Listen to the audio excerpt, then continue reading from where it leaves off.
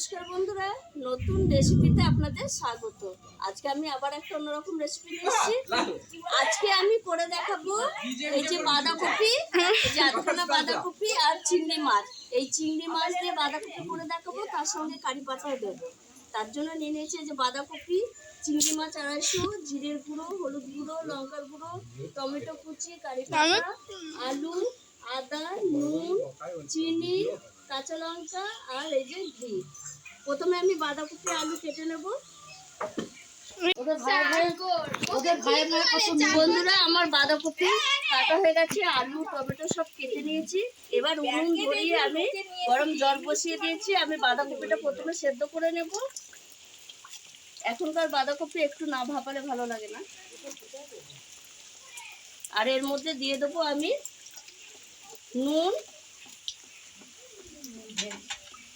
নুন দিয়ে আমি ঢাকা দিয়ে দেবো, এটা সেদ্ধ হবে। আর এর মধ্যে আমি এই চিংড়ি মাছটা একটু নুন হলুদ মাখিয়ে রেখে দেবো।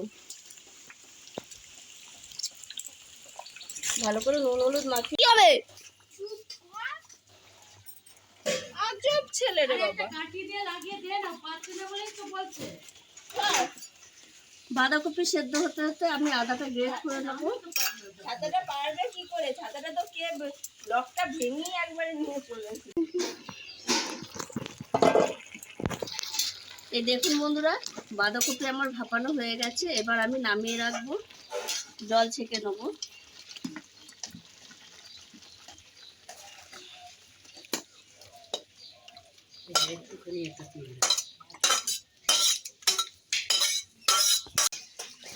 এই দেখুন বন্ধুরা, কড়াই আমি বসিয়ে দিয়েছি, সর্ষের তেল দিয়ে দিয়েছি।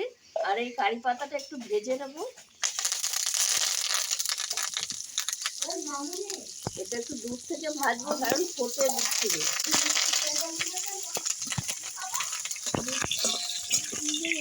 ভাজা হয়ে এবার আমি চিংড়ি মাছ ভেজে নেব। এই দেখুন বন্ধুরা, চিংড়ি মাছ ভাজা হয়ে গেছে, তুলে দিয়েছি। এবার ওই তেলেই আমি আরেকটু তেল দিয়ে দিয়েছি। ফোড়নে দিয়ে দেবো তেজপাতা। এইবার আমি আলুগুলো দিয়ে দেবো ভাজার জন্য।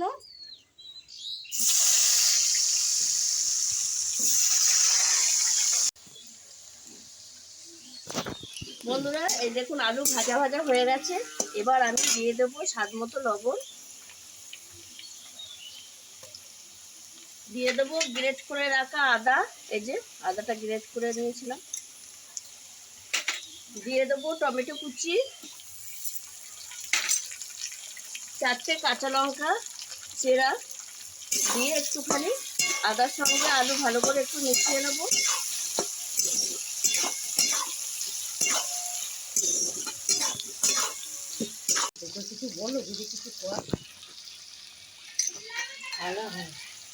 এইবার আমি দিয়ে দেবো হলুদ গুঁড়ো, জিরের গুঁড়ো,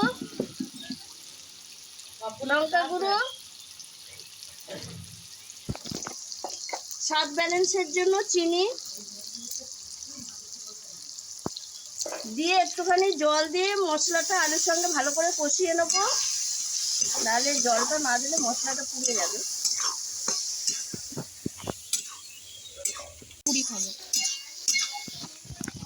এই দেখুন বন্ধুরা, আলুর সঙ্গে মশলা কষানো হয়ে গেছে। এবার আমি ভাপিয়ে রাখা বাঁধাকপি দিয়ে দেবো। আলুর সঙ্গে ভালো করে বাঁধাকপি কষিয়ে নেবো।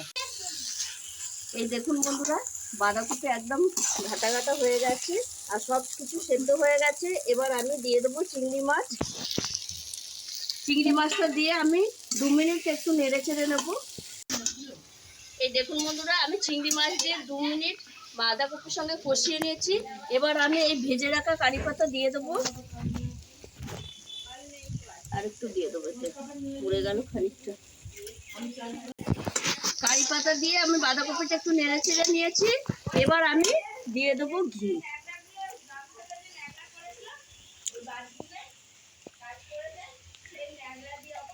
দিয়ে আমি এবার নামিয়ে নেবো।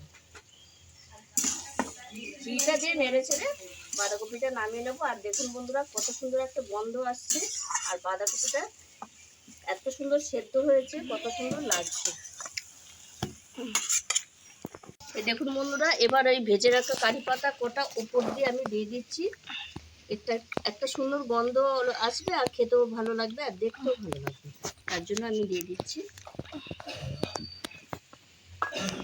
কত সুন্দর হয়েছে চিংড়ি কারি পাতা দিয়ে বাঁধাকপিটা। এখনকার বাঁধাকপি একটু অন্যরকম গ্যাস লাগে, তাই এইভাবে যদি ভিন্ন রকমভাবে যদি করে খাওয়া যায় তাহলে খুবই খেতে ভালো লাগবে, আর মানে টেস্টিও হবে।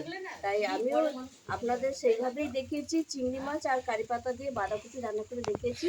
আর আমি যেভাবে দেখিয়েছি সেইভাবে একবার করে খেয়ে দেখবেন, যদি ভালো লাগে কমেন্টে জানাবেন। আর আমার এই ভিডিওটি যদি আপনাদের ভালো লেগে থাকে তাহলে লাইক করবেন, শেয়ার করবেন, সাবস্ক্রাইব করবেন। আবার দেখা হবে আগামী ভিডিও।